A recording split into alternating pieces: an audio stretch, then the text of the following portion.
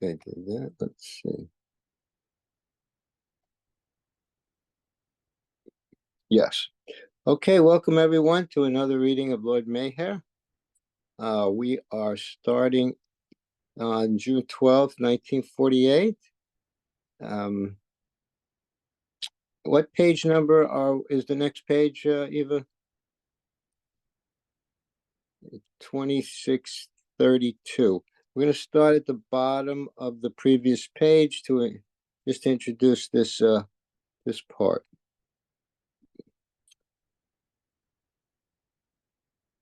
Excuse me, Marvin.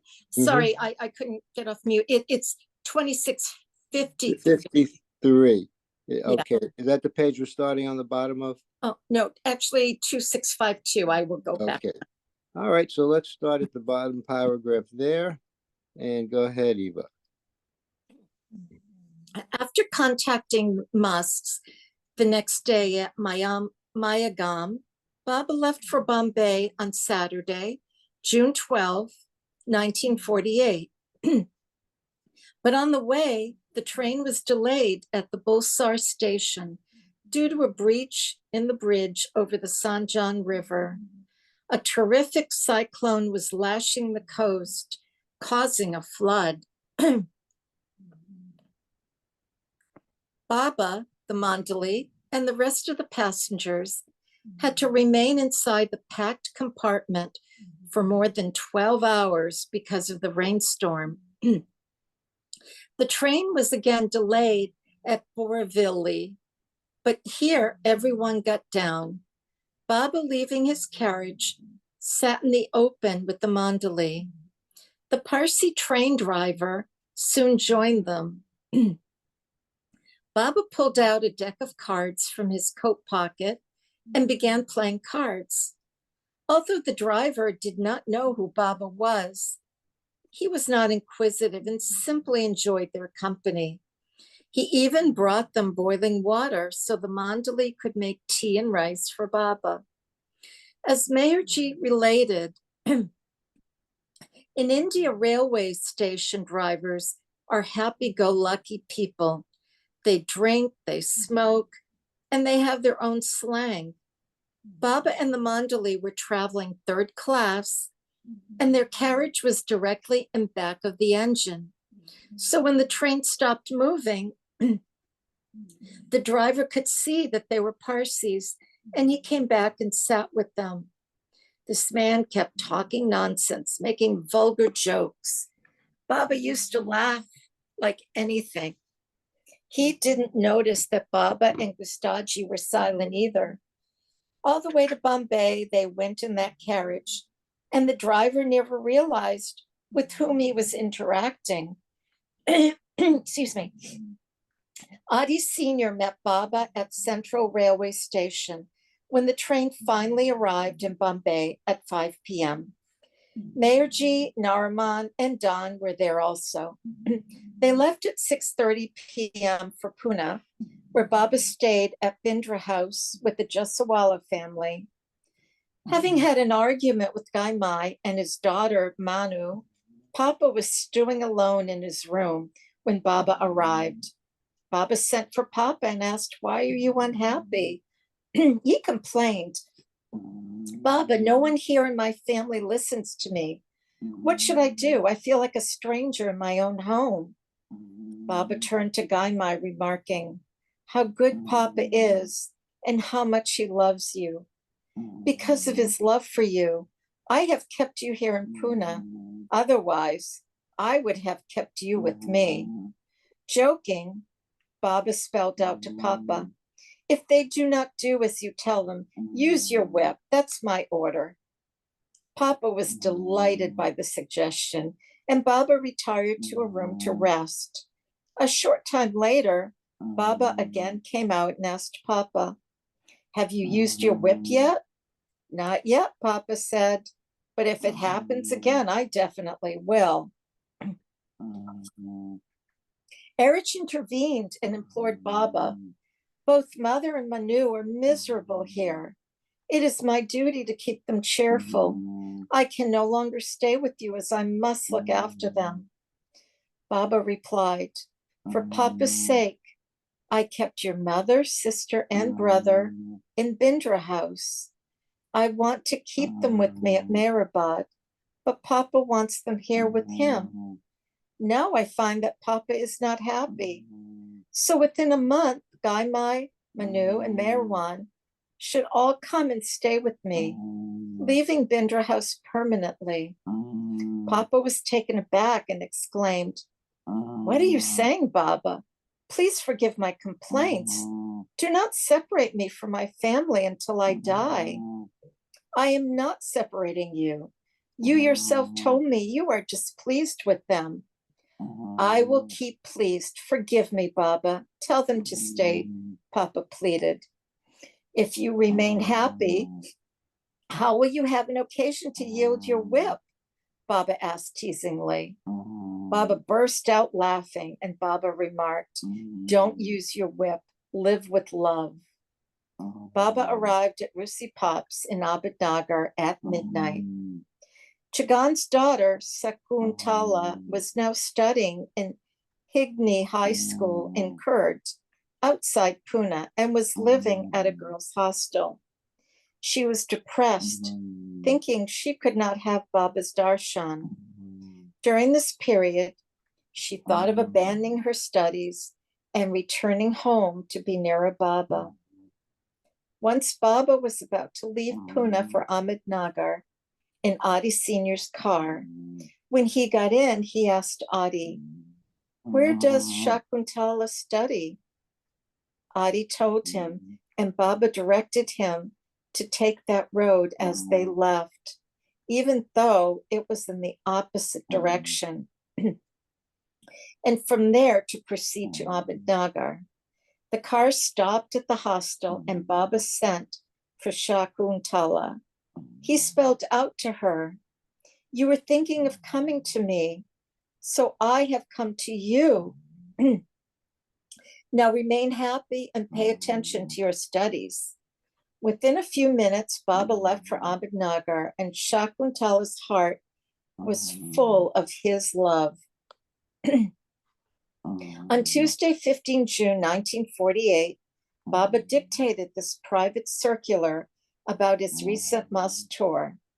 "I, whom you accept as the avatar, was never, during my existing incarnation, placed in such humiliating and helpless circumstances as during my recent Mosque trip of June 7 in Gujarat. Sleepless nights, exhausting travel, untold hardships. These are not novel experiences for me and the Mandali, who have been on many arduous trips in search of my musts." Okay, thanks, Eva. Rosalie, pick it up from here, please.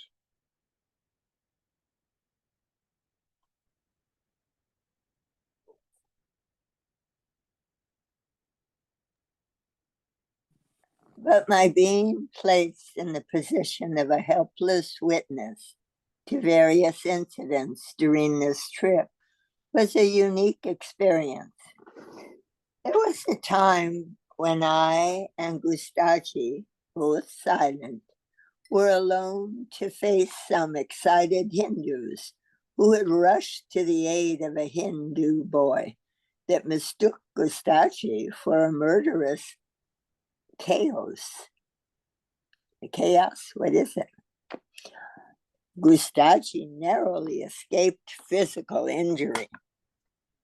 Then there was the incident when Erich and Baidu, although both perfectly innocent, were insulted and ridiculed by people and held up by the police, who were aided in their unjust accusations by the Banya passengers.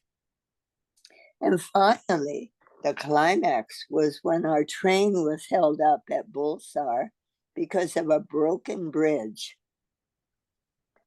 I only have half the text now. Oh, that's funny. Okay. where I don't even know where I am. No, these occurrences of this must trip in June, these particular events that had never arisen on any previous must trip, this happening to the Avatar will have a wide universal reaction and also will result in some form of personal disaster for me in the future. This happened before June 21st. Other important events in the world have also occurred, including the apparent breakdown of negotiations between Hyderabad and India, which will all have definite universal results after June 21st. Footnote: Hyderabad, the largest and most prosperous of the Indian princely states, was considering becoming independent or part of Pakistan rather than joining the Indian Union. So I want you all to be prepared to stand by faithfully and come out of the crisis successfully.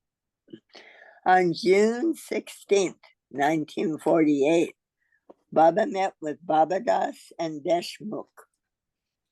Baba told Deshmukh to remain in Ahmednagar for a few days more to work on Urina's articles, which Faram was typing.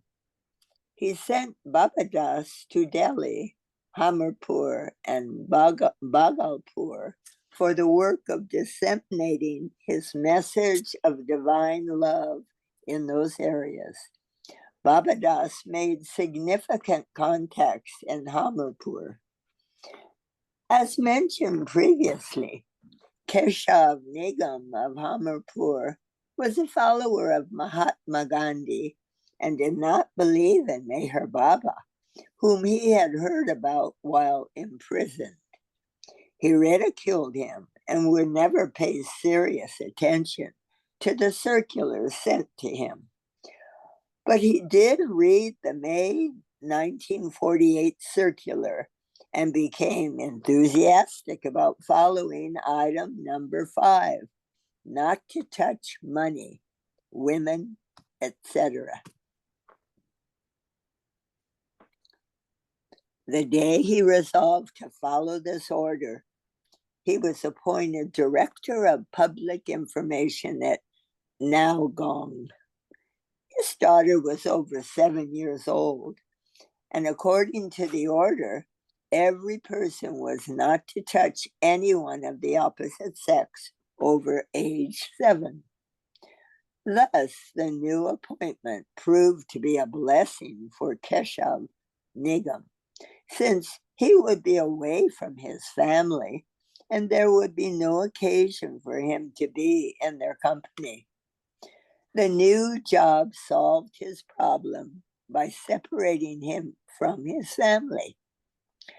Babadas had visited Hamirpur during July and had informed the following people about Baba: Bhavana Shital Prasad Nigam, and an advocate, Ray Sahib Rama Shankar, Amist of Hamirpur, Gaya Prasad Kare of Roth, Babu Ram Prasad of Naranga, Vishnu Sharma, and Virendra Singh of Dagwan, Lakshmi Chand Paliwal, and Bindra Prasad Nigam of Ingota, and others.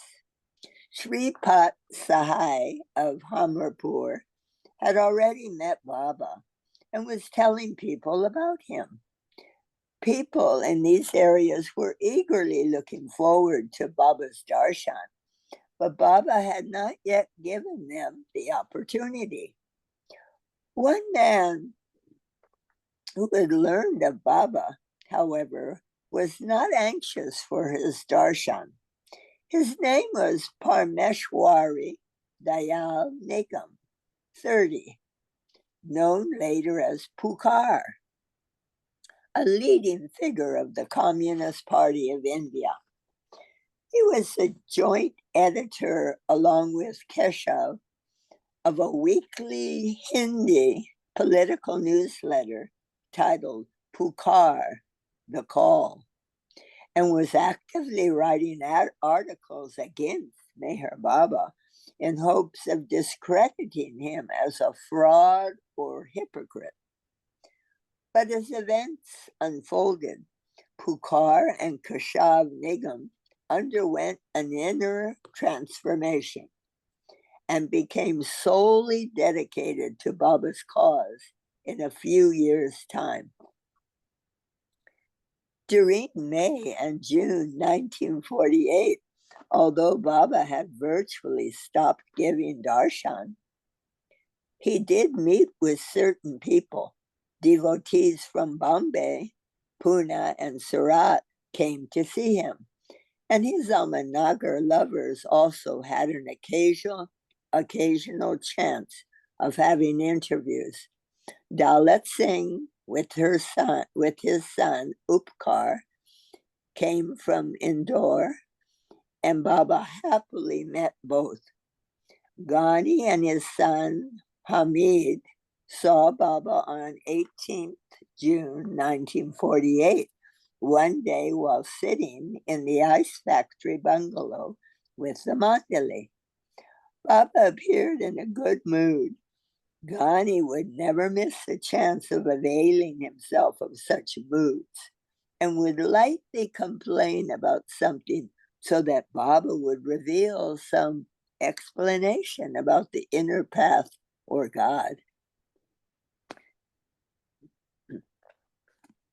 Jesting, Ghani told him, Baba, no doubt you are God, but what have we earned from being with you all these years? You have trapped us in such a way that we are neither here nor there. He went on teasing Baba to elicit an interesting discourse, but this time Baba gave him such an explanation that Ghani felt giddy.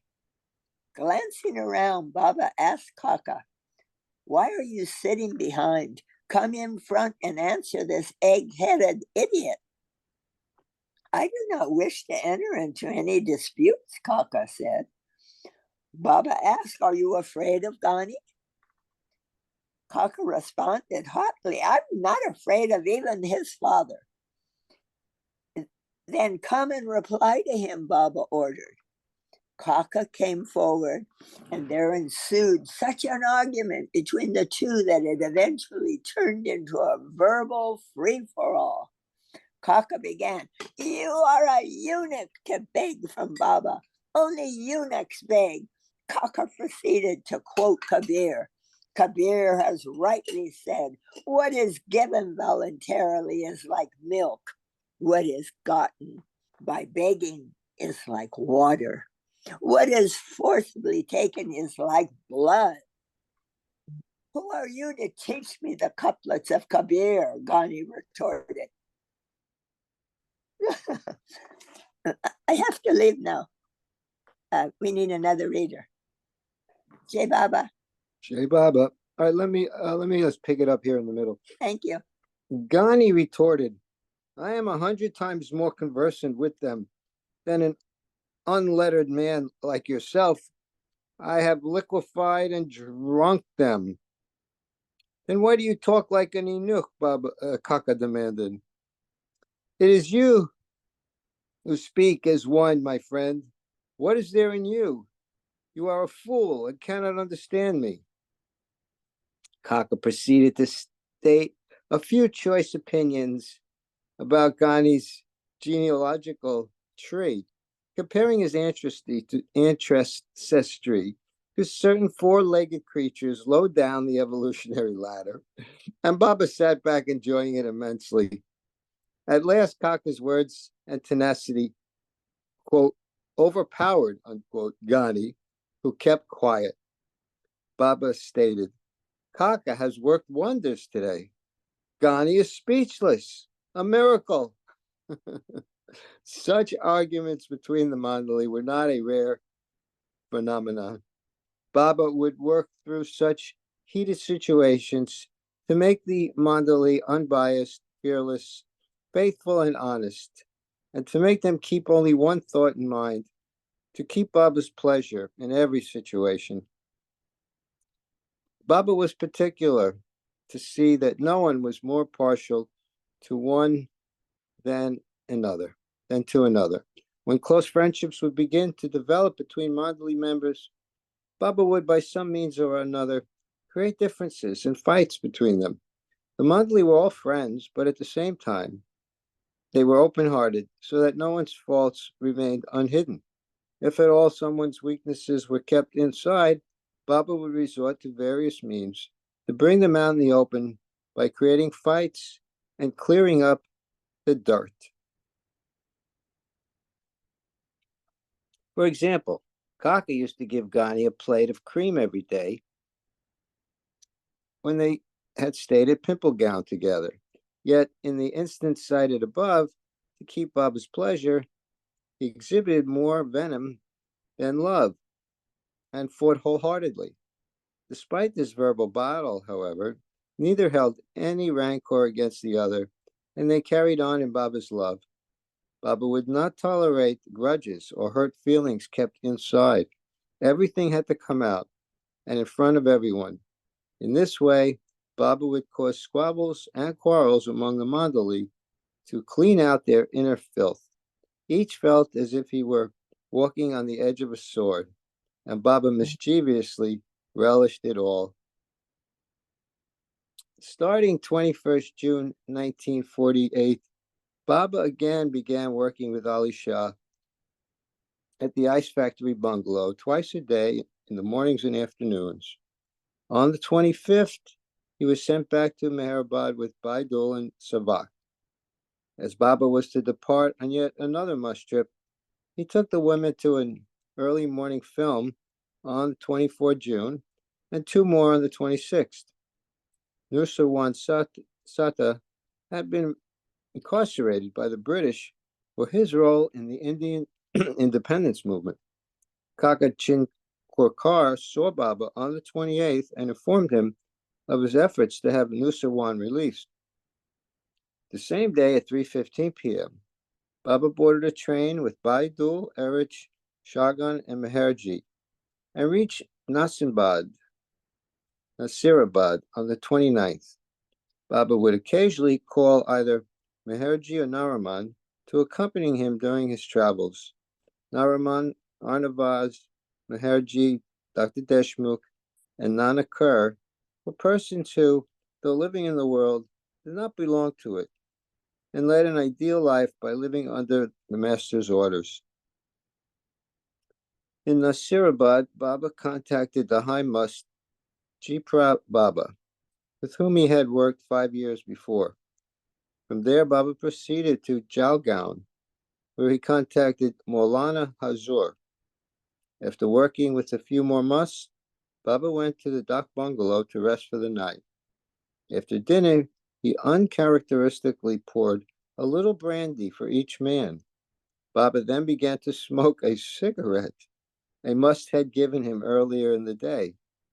Calling Meherji, Baba handed him the cigarette, indicating to him to take a few puffs. He then motioned for him to throw it away and never smoke again. Meherji, being from a strict family of Zoroastrian priests, had never tried smoking, so this proved to be his first and last cigarette given to him by Baba.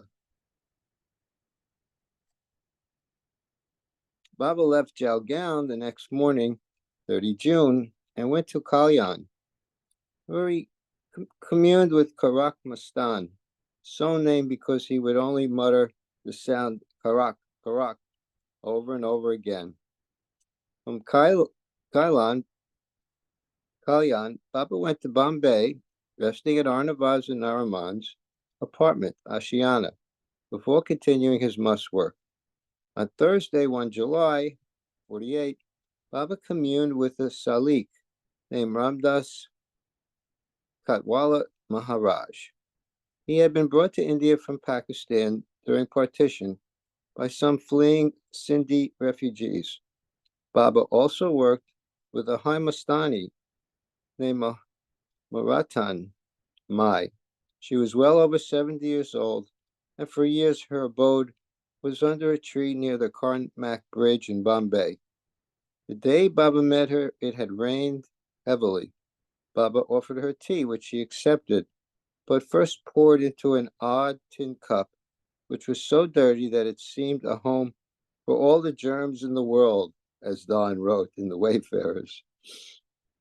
In the afternoon, Baba was driven to Mahim, where he hoped to recontact Ali Asghar, the advanced must, whose brothers and sisters were likewise musts and mustanis.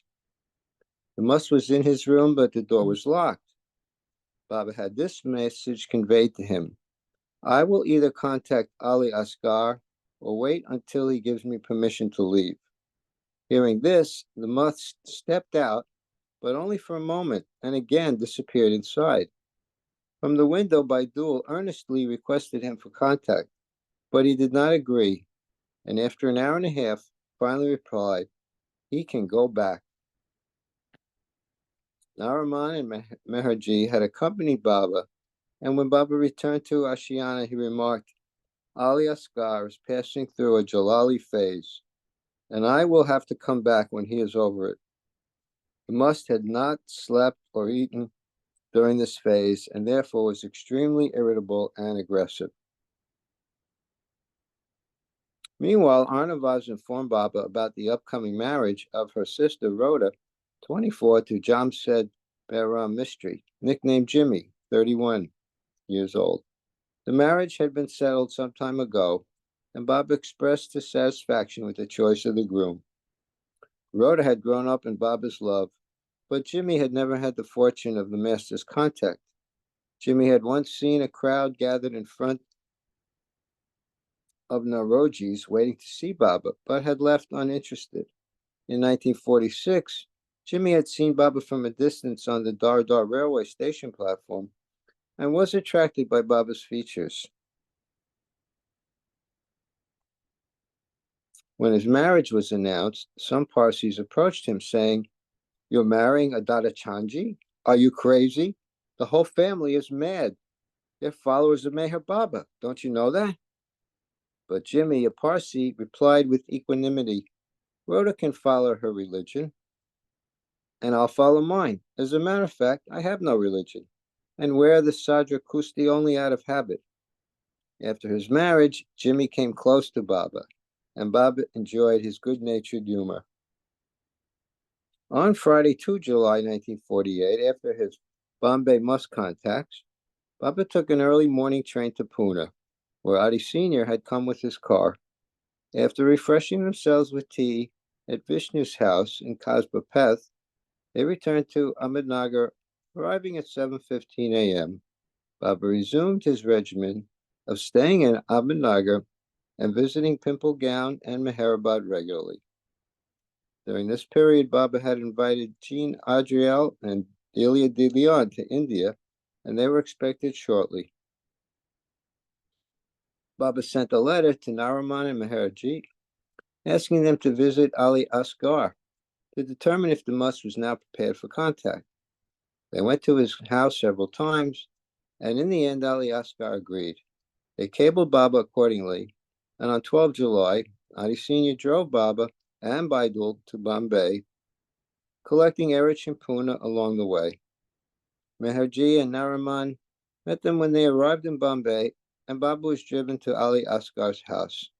Baba explained to the men, it is imperative that we follow the same method of approaching Ali Asghar as we did last time. Therefore, we must arrive at exactly the same time in the afternoon. They did, but when they reached his house, the door was locked. After much endeavor and a half hour of waiting, the must tentatively opened the door and Baba entered. After 5 minutes of contact, both came out, but Ali Asghar immediately disappeared back inside. He soon came back with a pair of scissors and clipped 7 small sprigs of a mulberry bush, Tying them into a bouquet, he presented them to Baba. He patted Baba on the back and said, "Now you can go." Baba seemed elated by the contact and commented, "My work is accomplished so beautifully today, I will never have to come again to contact Ali Asghar." Baba handed the bunch of sprigs to Erich, warning him, "Guard it with your life. Not even a tiny leaf should fall off." Since Baba had come to Bombay only for this purpose, he left for Ahmednagar the same day. Adi drove Baba to Pimplegown, where Baba went straight to Gayara's cabin, arriving there at 1 a.m. Adi, Erich, and Baidu slept at Meherazad in Don's room. This was not the end of the story of the musk's bouquet. Erich stuck the sprigs in a flower pot, and in a few days the leaves dried up. After 2 weeks, Baba called Erich to Pimplegown with the 7 dried sprigs. The leaves were crushed into a powder, which Baba ate every day, a pinch at a time. The dried stems were tied into a bundle and kept with the other odd assortment of presents given to Baba by musts. These 7 mulberry sprigs were somehow related to Baba's inner work with Ali Asghar, but how remains a mystery and cannot be explained. All of the odds and ends, pieces of stone, bits of broken glass, shredded cloth, and old clothes worn to rags, offered to Baba by the musks, were related to his inner work with each one, and that is why he took so much care to have them preserved and stored in trunks. At 10 a.m. on Tuesday, 13 July 48, Baba met with Adi Sr., Sarosh, Erich, Pendu, and Ramju at the ice factory. They discussed recent government orders about grain rationing, which were to go into effect, and how rationing might affect the Meherabad community.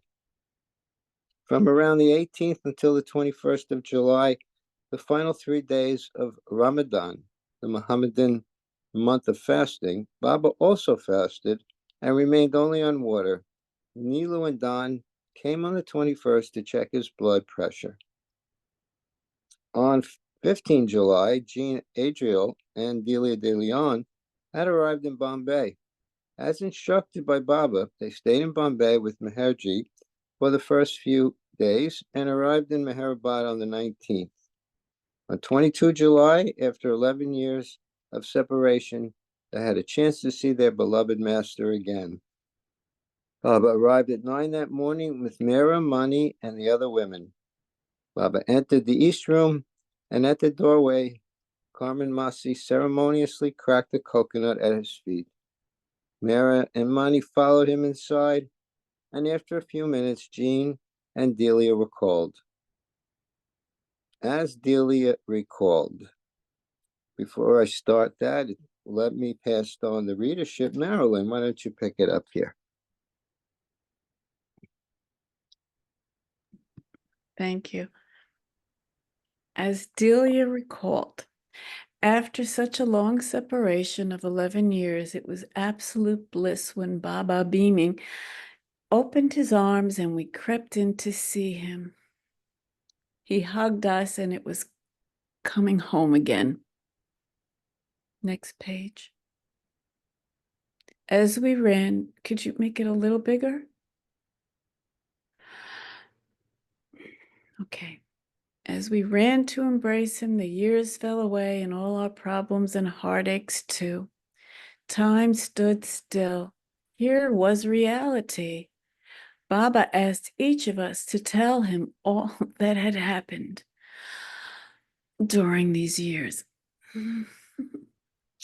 With streaming eyes, I tried my best, as I knew there was a reason in this recounting. All I wanted to do was to look at him. Baba explained to them, "I am so happy to have you with me that you will stay at Meherabad for 6 weeks. During that time, you are to rest and eat well. Don't worry about anything. Only think of me." Once we move to Pimplegown, you will be kept busy all the time. Then Baba revealed, I am very, very tired. The weight of the universe is upon my shoulders, but soon that will change. And all conditions, and also conditions in the West. Everyone is Baba, everything is Baba, and everywhere is Baba. All else is zero. I intend going out on 2 Mus tours.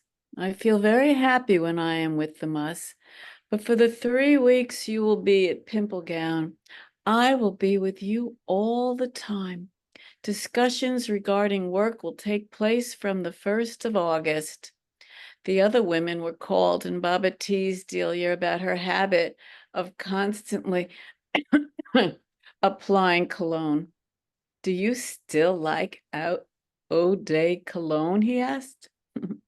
Baba then went on an inspection tour of their quarters and ordered that Jean and Delia were to have everything they needed. Before leaving at 10:15 a.m., he showed them his final resting place, the tomb, and narrated a few incidents from the Prem Ashram days. Jean presented Baba with a painting of a winged horse done by Marguerite Poli, whom Jean had told about Baba. Footnote.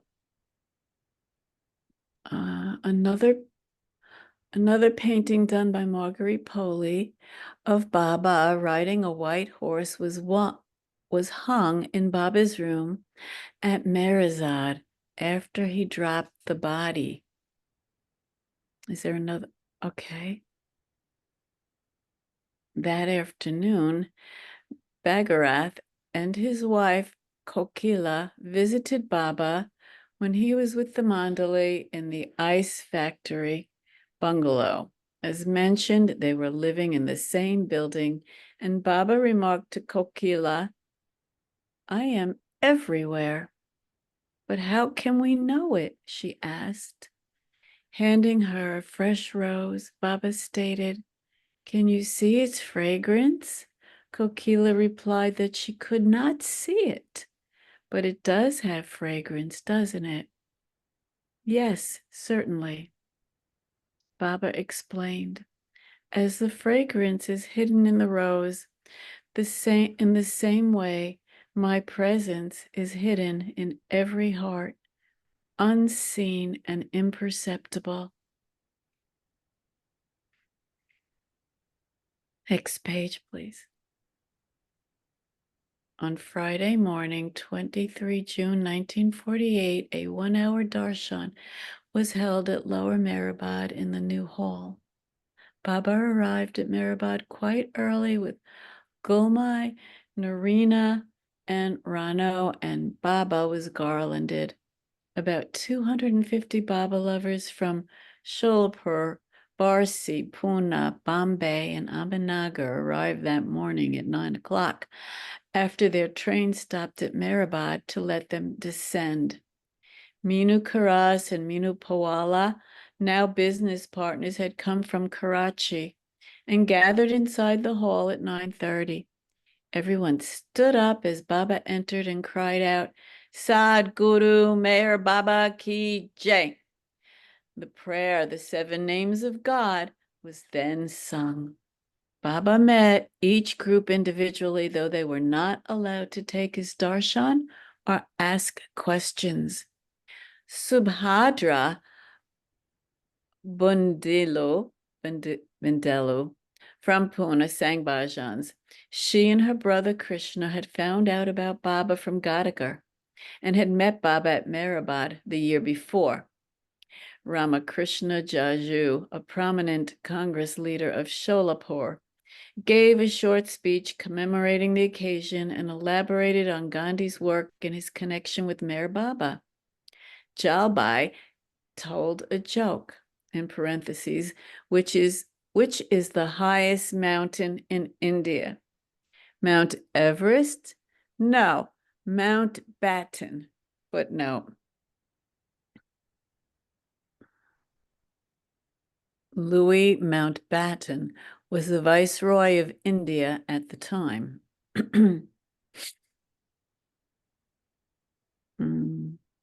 At 10:30, the ceremony was over. A group of Parsi men and women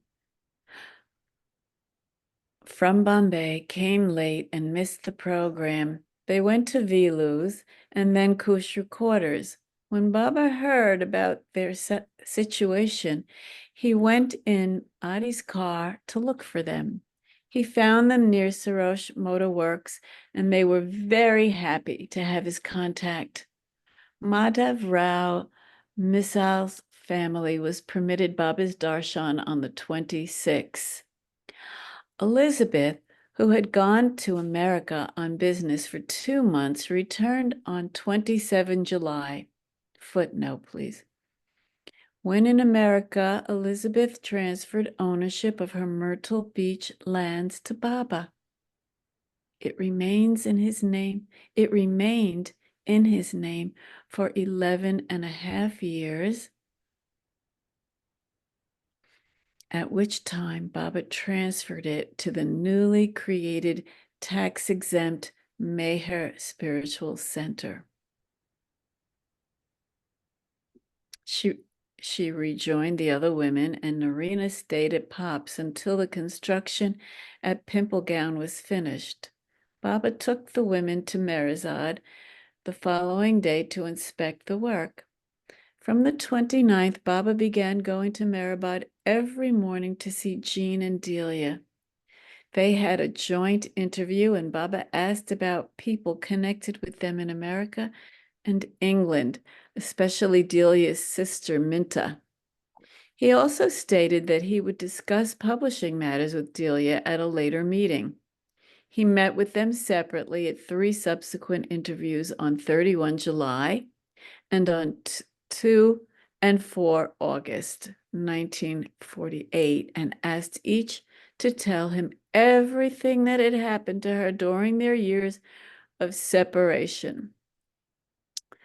Delia explained how unhappy she was about the way she worked for him and how she felt inadequate in the way she conveyed him to others. With a serious expression, Baba listened intently to all she said and then spelled out, "From now on, you will work for me 100% to my satisfaction and to your own peace of mind."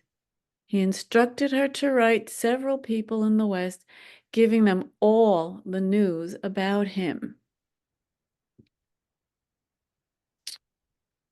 2 senior police officers named Uncle Saria and Mehta came to see Baba at the ice factory bungalow on 5 August.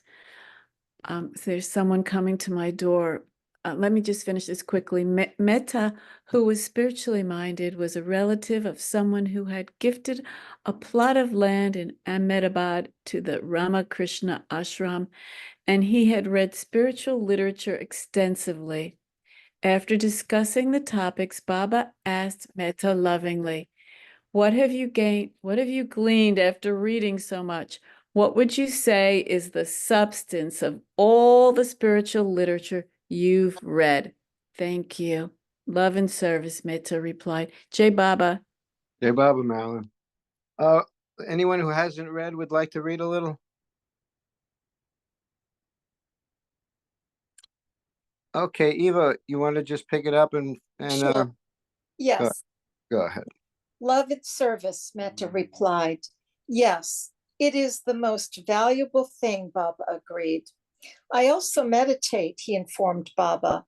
In spiritual matters, love and service to humanity supersede meditation, Baba explained. It is a type of spirituality that comes down from its supreme height to the daily human routine in everyday life. This is where its manifestation is the highest. It is the most practical. On 6 August, the Meherbad women woke up at 4 a.m. to go to the movies. Baba, with the other women staying at Pop's, joined them at 6 a.m. at Sarosh Cinema to see the film Gaslight. The next day, Baba sent a telegram to Ghani and his son-in-law, which concluded, "My love and blessings to Sufis and Gufis all over the world." Continuing his must work on Sunday, 8 August 1948, Baba traveled south by train from Dahand to Madras, along with Baidu, Gustaji, Chagan, Erich, and Vishnu. Reaching there, he commenced his contacts on the 10th. In Royapuram, a section of Madras, Baba worked with Kalgiri Pir, who was staying in the house of a wealthy Parsi. Kalgiri was in the habit of giving loaves of bread to those who came to him. He gave Baba 2 fresh loaves wrapped in dirty old newspaper. A normal person would have thrown the lot away at the first opportunity. But for Baba, its value and sweetness were beneath the surface, and later he ate every morsel.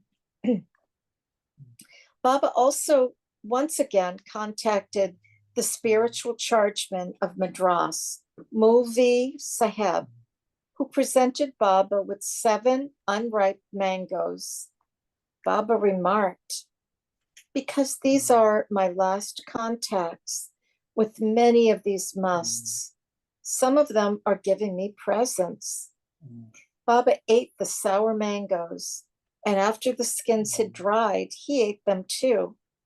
He had the pits carefully preserved, and after he returned to Pimplegan, they were planted in seed boxes. Baba watered them himself for some time, and after the seeds had sprouted and grown a bit, they were transplanted into the ground and later began bearing delicious fruits.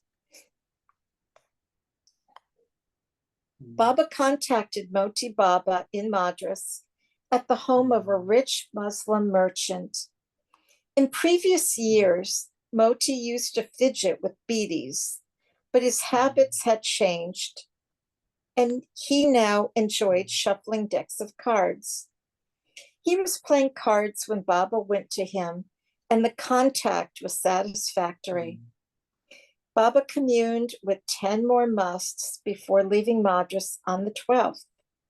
Going further south, Baba arrived in Trichinopoly on Friday, 13 August, and worked with a good must named Hazrat-e Khan Patan.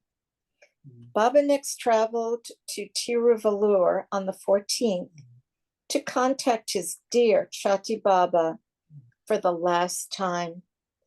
They found Chati Baba out in the open on the outskirts of the village, and the great 6-plane must appeared to be in bad shape. Looking emaciated, the old must saint was found lying with his head on a bundle of cloth by the road. At the heartbreaking sight of this great saint, age was full of melancholy. Chati Baba appeared depressed, perhaps because this would be the last time he would see Meher Baba. Baba sat with him and gave him some bananas. Baba was deeply moved by Chati Baba's condition, and he explained at length Chati Baba's great love for God and of how sorry he was to see that he was not being well cared for. Before he left Tiruvallur, Baba instructed some of the must's devotees, "Chati Baba will soon pass away. See that you raise a proper tombstone over his mortal remains." Baba gave them a sufficient sum of money for that purpose and instructed them to begin preparing a suitable memorial. On Sunday, 15 August 1948, Baba proceeded by train and bus to the village of Avanshi, where he contacted one of the most forbidding characters ever recorded, a great yogi known as Lai Swami. Although reported to be at least 80 years old, the yogi appeared physically to be untouched by time.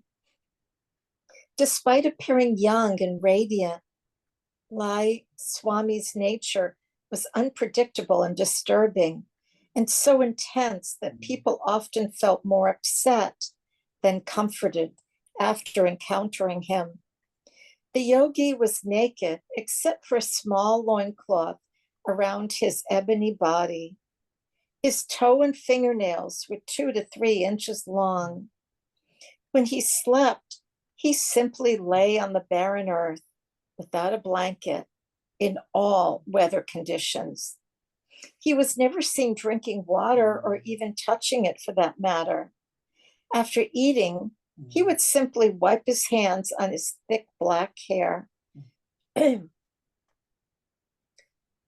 Lai never begged, and if anyone were to offer him money or even accidentally mention it in his presence, he became furious. But his outward condition mattered not to Baba, who confirmed that Lai was a great yogi.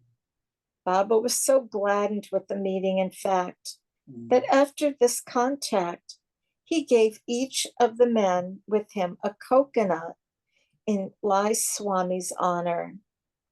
The same day, Baba and the Mandali took a bus to Tirupur, where Baba wished to contact Prasananand Swami Guru. When they arrived, they started looking for the Swami's house and happened to ask an elderly Brahmin who turned out to be somewhat unbalanced. He excitedly said that he would personally guide them and jumped into their already overcrowded Tanga. Prasananda was a good yogi, 50 years old, and had a wife and children. When they arrived, they were informed that Prasananand was fasting on water and had taken a vow of silence for 40 years. He had Days. Oh, thank you. Was fasting on water and had taken a vow of silence for 40 days. He had rigged up a sort of cell in one of the rooms of his house where he was currently sitting, while one of his followers kept guard to see that he was not disturbed. When the men began talking with one of Prasananand's devotees about approaching him for contact, the madcap Brahmin slipped into the Swami's room and began frantically scribbling notes on scraps of paper and pushing them into Prasanand's cell. The notes read, "Please allow this stranger to contact you."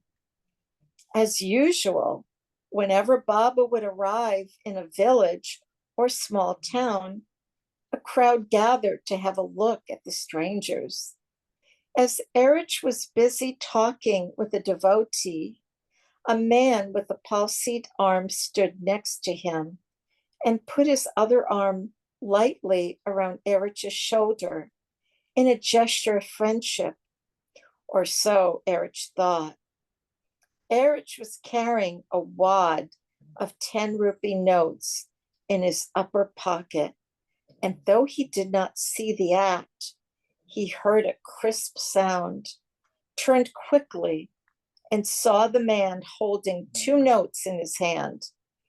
Because of the crowd, Erich did not say anything, but he caught a firm hold on the man's wrist and dragged him behind the house, determined to give him a few hard slaps for picking his pocket. He raised his arm to strike him when suddenly someone caught his arm from behind. Turning around, he saw it was Baba. "What are you doing?" Baba gestured. "This rascal pinched 20 rupees from my pocket," Erich responded. Baba looked at the man. "Did you do that?" He caught hold of his earlobe. the usual punishment for children, and, pinching it, warned him, never, never do that again. Baba turned back to Erich and motioned, give him back the money. It is meant for those who need it. Had he not needed it, why would he have stolen it? Erich hesitated, but Baba repeated, go on, give it to him. Prasananand then sent for Baba. The Brahmin had succeeded in inducing the Swami to grant the contact while this confusion was going on outside. Baba went in and communed with him. It had been a satisfactory contact, and Baba was in a good mood. On the 16th in Madras, Baba worked with another advanced soul known as Ramdas Swami, and after that, made the return journey by train to Dahand. Adi Sr. met the party in Dahand on 19 August and drove them to Ahmednagar. The 22nd of August, 1948, was another early morning movie day at Sarosh Cinema. 2 films were shown. On the 24th, Baba sent a delegation of men and women mandali to Ramju's daughter, Jibu's wedding at her parents' home in Ahmednagar. Baba had approved the match the previous March. Footnote. For his own reasons, Baba ordered Ramju not to invite any of his friends or relatives outside of Ahmednagar, nor to accept any wedding gifts, but to inform them that Baba was sending them his blessings. Ramju therefore sent a note to those concerned. For reasons explained in the accompanying order from my Murshad Meher Baba, I beg to be excused for my inability to have the pleasure of your company or any present on and for the occasion. It is just like my master to send his blessings to all those whom I would have otherwise loved to be present at the function. The next day, he went to Happy Valley with Ramju and his sister-in-law Haja. On the 26th, a Qawwali program was held on Meherabad Hill in honor of the marriage. Baba came to Meherabad with the women at 7:30 that morning and stayed the entire day. The singing led by Narsingro Kawal was held from 4:30 to 7 that evening, after which Baba returned to Ahmednagar. Erich and his family came from Pune, and Meherji and Alu Kambada also attended. The next day, Friday, 27 August, 1948, the housewarming ceremony for Meher Baba's new home at Pimplegan was held at 9 o'clock in the morning. Close lovers from Bombay, Pune, and Ahmednagar assembled there, including Rhoda and Jimmy Mistry, who had been honeymooning in Pune when they received Baba's telegram to come. Jimmy became completely Baba's upon seeing him. Nariman and Arnavaz were to have a close connection with the Pimplegan estate in years to come. They too had been invited and had come a few days beforehand. Dr. Deshmukh would never miss such a chance to be with Baba, and he was present with his wife, Indumati. Okay, let's end the reading here. Page 2668. Okay.